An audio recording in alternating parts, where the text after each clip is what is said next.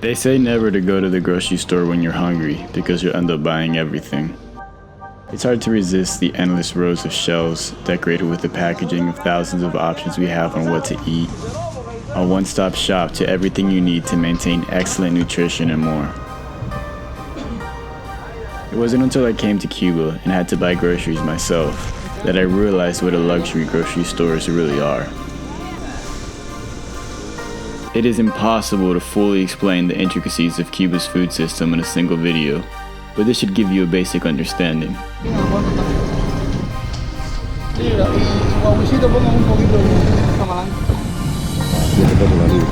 Do keep in mind, I had the ability to buy all the food I wanted, which is not the case for everybody else living there. When first visiting a bodega in Cuba, you will be blown away by the extreme lack of product diversity, as well as zero consistency in product availability. Certain items seem to disappear for months on end, and then magically reappear before disappearing once again. You may love potatoes and have the money to buy as many as you want, but for whatever reason, you can visit every single store in your city and not find a single potato for sale. Estoy comprando rico. Guayaba. Vamos a echar guayaba acá. Tú me dices, grande. ¿A cuánto tiene la libra de guayaba?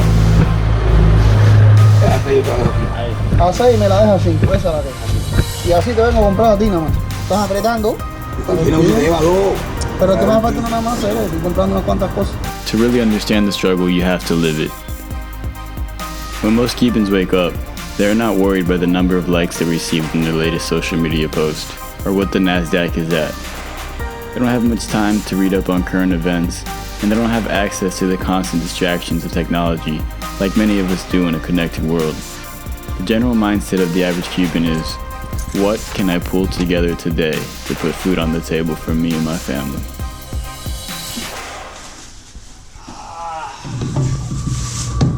Chorizo and ham. Are we gonna keep her cool? Yeah. We are. Our pumpkin without saran wrap. This, of course, chicken. And you have to bring your own plastic bag. All right, we got some sort of root stuff here. What are these called? Ese es guagüí. Ese cubano lo usa mucho.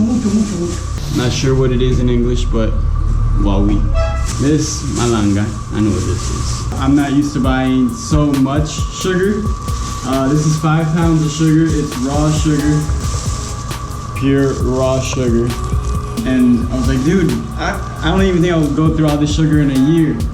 But, you know, when I come to realize that nothing here comes with sugar already added to it. Everything we buy over there is already, you read on the back all the sugar and everything. Here, if you want a juice, you gotta make it yourself. Very seldomly do people even go out and buy soda pop or anything.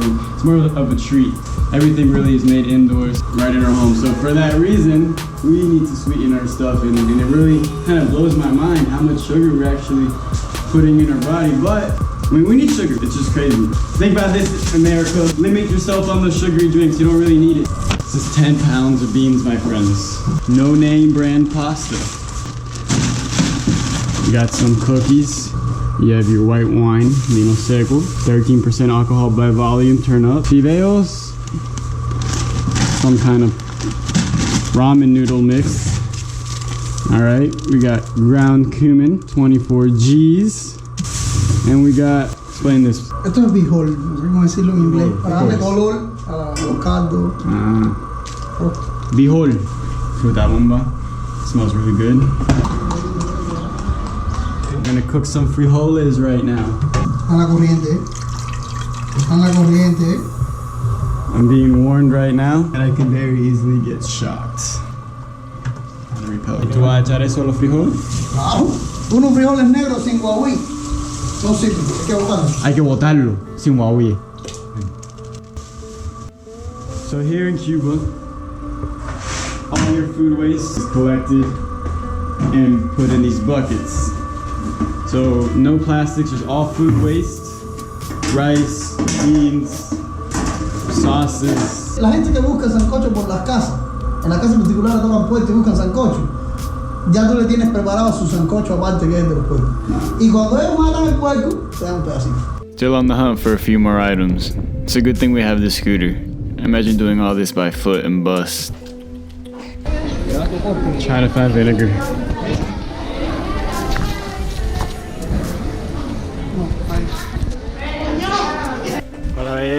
If America is beef culture, Cuba is certainly pork culture. Luckily for this pig, she is used for breeding, so you don't have to worry about her. No refrigeration, no problem. Granted, they don't sit out for more than a day, but it's still interesting to see the contrast in food handling practices between our two countries. Slits are cut into the legs to make handling a bit easier, but definitely still a two-man job. This truck is delivering the day's pork. All this meat will be chopped up and sold before the day's end.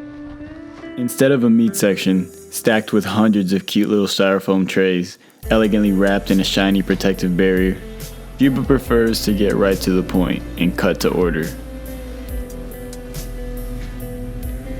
It makes sense though, because how else would the butcher short you on meat so that at the end of the day he could sell some to his friend that owns a private restaurant?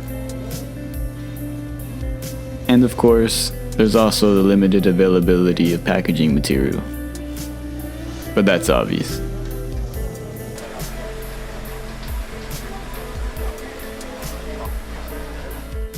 Government rationing through La Libreta lasts the average family about 11 to 13 days. Every day for the rest of the month is a new challenge to overcome. What do you do when you get paid a $17 a month salary?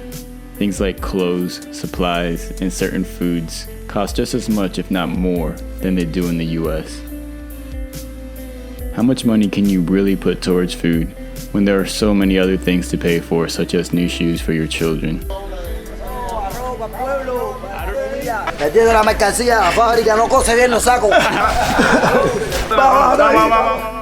Some say it is impossible to survive solely from a salary from the state.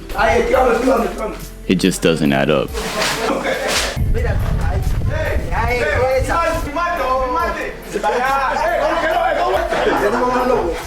Now this is where it starts to get complicated. Why even work at a government-owned establishment when you know damn well the struggle you will have to go through with the wages you earn? This is an organoponic farm. The answer lies in the hidden opportunities that come about in the workplace. Those that work at a bodega, for example, will have access to different things than those that work at a government hotel. For instance, the person selling you rice at the bodega might short everybody a tenth of every pound, so that at the end of the day, they have extra rice for them to trade or sell. A hotel worker may have access to an ingredient that the guy that sells churros for a living needs but can't find at the bodega because of a serious lack of availability. It has gotten to the point where stealing from the government isn't looked down upon, and in fact, people even steal in front of cops because those are the same people buying the stolen goods the very next day. It is quite intriguing to know that out of necessity, the Cuban people have created an integrated black market economy to attain the things they need and otherwise can't find elsewhere. Estos son bonitos.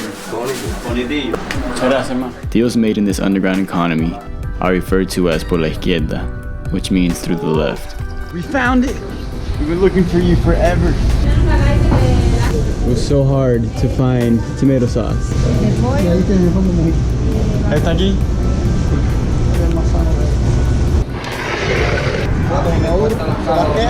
Alright, so we went all over town looking for garlic. We have not found any garlic, so we have to go back to this guy who we bought some vegetables from earlier to buy garlic. They're a little premature, a little small. We're gonna go back and buy some little baby garlics from him. The ability of the Cuban people to overcome difficult circumstances is amazing. Their ingenious ability to handle hardship while remaining high-spirited is very admirable.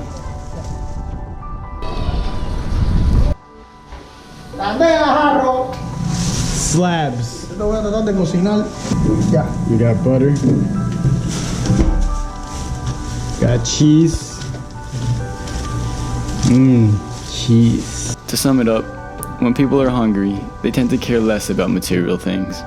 Nobody likes to be hungry, and the daily stress of figuring out what to eat outweighs the worry about things like not having AC or hot water. No. There's garlic. Next time you complain about something petty, like driving in traffic or losing your cell phone, remember there are people in this world worse off than us.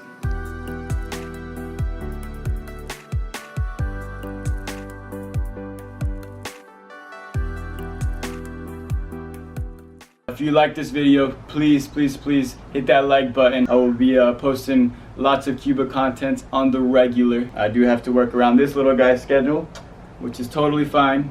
But nonetheless, more Cuba content coming at you. Subscribe. It's helped me be a part in creating a nice little cultural bridge between our two countries. We've been blocked off for far too long.